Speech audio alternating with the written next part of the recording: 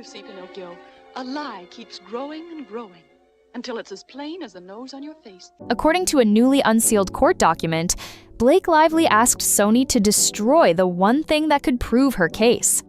And then in her deposition, she said under oath that she never made that request and nobody made it on her behalf. One of those two things is not true, and the dailies that survived tell you which one. This is a text message from Andrea Giannetti, a Sony marketing president, to her boss, Josh Greenstein, sent September 3rd, 2024, and it reads like this. Call when you can. Not urgent, but Blake asking us to destroy some of the dailies. Want to tell you what we will and won't do. Also, going to ask Bridget to contact all vendors and ask them to delete all dailies and need them to proof. First time I have ever been asked to do this in a movie with no nudity, but okay. Read that last line again. A Sony marketing president, someone who has spent her entire career working on major studio releases, is telling her boss that this is the first time in her career she has ever been asked to destroy raw footage on a film with no nudity? Not unusual, not a little odd. First time ever. Dailies are the raw, unedited footage from each day of filming, the closest thing to a factual record of what actually happened on set. Every take, every angle, no editing, no spin. And in this case, they are also the footage that already proved Blake wrong. The dance scene video contradicted what she put in her legal filings. The birth scene footage did the same. Her original accounts of both scenes sounded horrifying. What the cameras actually captured told a different story. And here's my honest opinion on what happened. Blake had access to that footage. She saw what was on it. And in my opinion, she filed her initial complaint based on what she hoped nobody could contradict. When the footage survived and came out, her story had to change. That starts to look less like clarification and more like a story adjusting to the evidence. But here's what makes this even more significant. Because the deletion request did not come out of nowhere, and we know that because of a second document already in the court record. 17 days before that Giannetti text message, on August 17, 2024, Ryan Reynolds and his associate Warren Zavala were already having a very telling conversation. Zavala told Reynolds in writing that he had to assume Wayfarer had a cadre of things they planned to utilize within the bounds of production to make Blake look bad. He was telling Reynolds directly that production evidence likely existed and that Wayfarer was planning to use it. Ryan Reynolds responded 4 minutes later saying Sony needed to get in front of it and frame the narrative their way. 16 days after that conversation, Blake allegedly asked Sony to destroy the dailies. Let that sequence sink in. Blake's own team put it in writing that they assumed Wayfarer had production footage being held against her.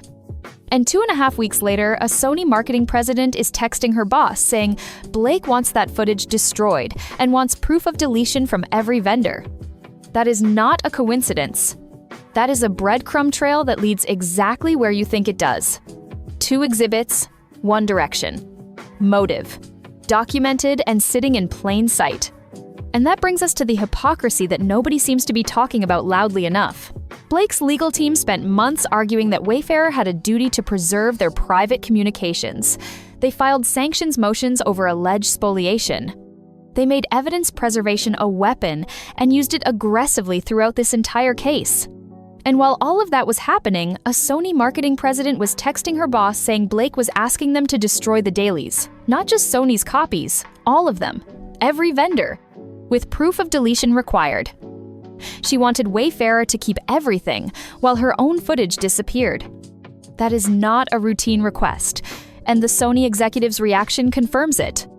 This was a veteran industry professional who had spent her entire career on major studio releases, telling her boss she had never been asked to do this before on a film without nudity. She documented it. She looped in her boss. She specified what they would and would not do, and she added that parenthetical that nobody who reads this document can ignore. First time I have ever been asked to do this in a movie with no nudity. Blake's legal team spent months arguing that Wayfarer had a duty to preserve their private communications. They filed sanctions motions over alleged spoliation. They turned evidence preservation into a weapon and used it aggressively throughout this case. And while all of that was happening, a Sony marketing president was texting her boss saying Blake was asking them to destroy the dailies. Not just Sony's copies, all of them. Every vendor with proof of deletion required. She wanted Wayfarer to keep everything, while her own footage disappeared. When a veteran executive feels the need to document something like that, it is usually because they already know it doesn't pass the smell test. And when something doesn't pass the smell test, people tend to make sure there is a record of it before it becomes someone else's problem. Now here's where it gets even more interesting. During her deposition, Blake was asked directly whether she requested the dailies be deleted. She said no. She was then asked whether anyone made that request on her behalf. She said no again. 2 questions, 2 answers, both no. The lie detector determined that was a lie. But that denial runs into a problem, because on September 3rd, 2024, that same request was already being documented in real time. That message is now unsealed, sitting in the court record, and it says something very different from what Blake said under oath. Either Blake lied in her deposition, or a Sony executive was wrong about who made the request. Those are the only 2 options, and one of them carries consequences that go far beyond bad press. Trial starts May 18th. These documents are now public. And at some point, Blake Lively is going to have to sit on that witness stand and explain why a Sony executive put that in writing while she said something completely different under oath. She spent months using the word spoliation as a weapon against Wayfarer. The jury is about to hear what the word perjury means. And this time, it is not Wayfarer in the crosshairs.